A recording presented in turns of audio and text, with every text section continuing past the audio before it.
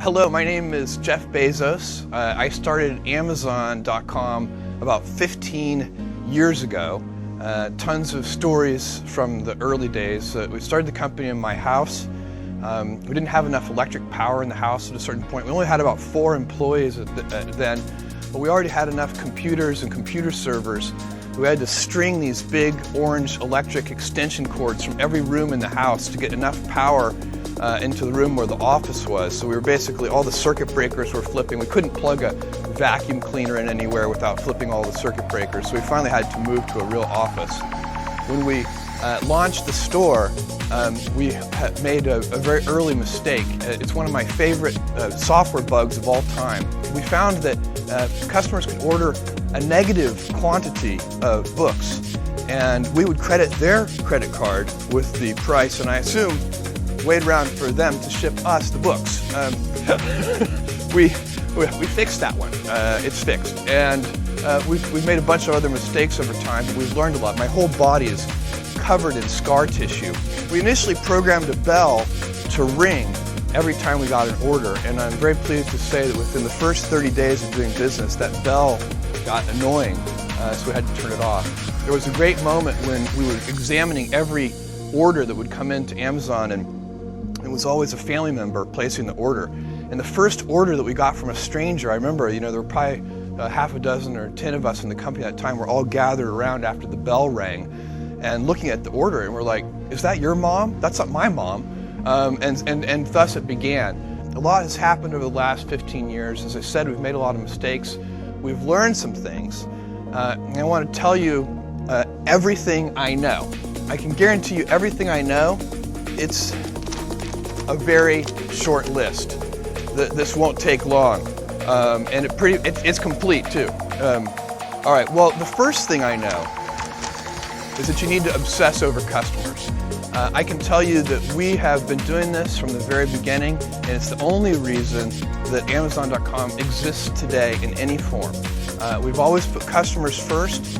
When given the choice of obsessing over competitors or obsessing over customers, we always obsess over customers. We pay attention to what our competitors do, but it's not where we put our energy. It's not where we get our motivation from. We really like to start with customers and work backwards.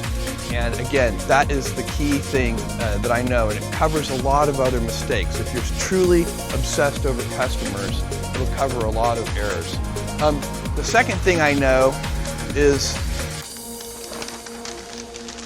invent. It's really important to invent. Anytime we have a problem, we never accept either or thinking. We try to figure out a solution that gets both things. And that often requires invention, but you can invent your way out of any box if you believe that you can. And what we talk about is inventing on behalf of customers. It's not a customer's job to invent for themselves. You need to listen to customers. It's critical. If you don't listen to customers, you will go astray. But they won't tell you everything, and so you need to invent on their behalf. And that focus on invention has served us well. Some of the recent things, even Kindle, not just Kindle, but EC2, the Elastic Compute Cloud, these are things that we would have never gotten to if we didn't have an inventive culture. But also, those are kind of large grain things, but there are small things too. And then, think long term. This is really critical. Any company that wants to focus on customers and put customers first, any company that wants to invent on behalf of customers has to be willing to think long term. And it's actually much rarer than you might think. I find that most of the initiatives we undertake may take 5 to 7 years before they pay any dividends for the company. They may start paying dividends for customers right away. They often take a long time to pan out for shareholders in the company.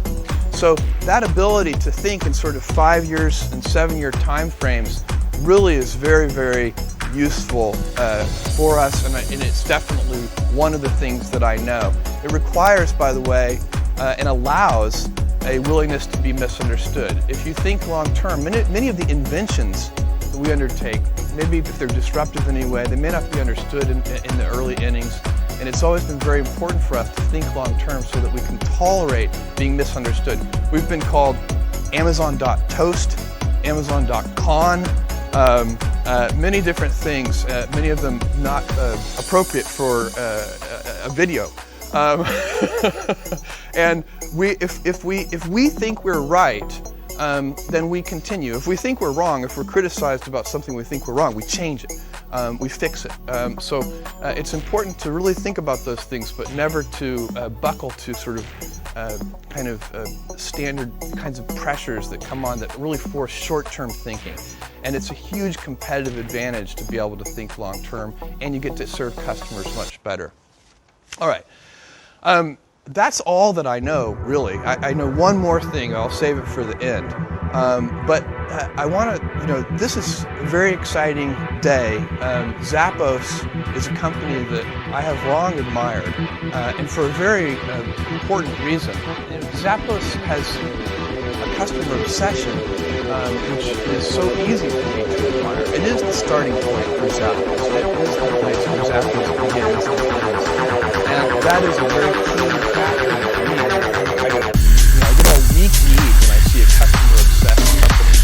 And Zappos certainly is that. Zappos also has a totally unique culture. It's unique. I've seen a lot of companies, and I have never seen a company with a culture like Zappos'.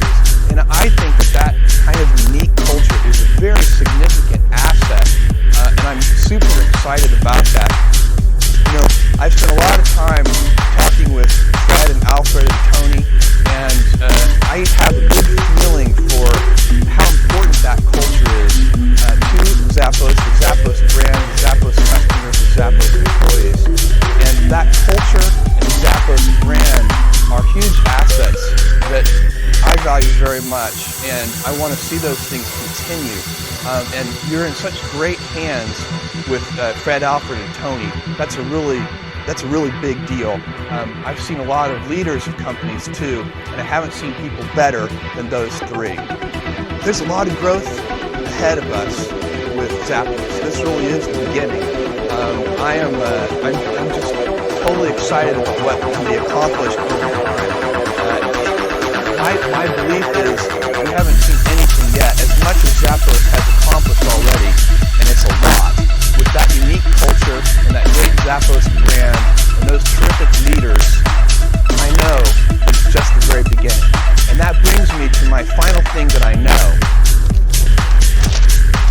It's always day one. There's always more invention in the future. Always more customer innovation. New ways to obsess over customers. I'm super excited about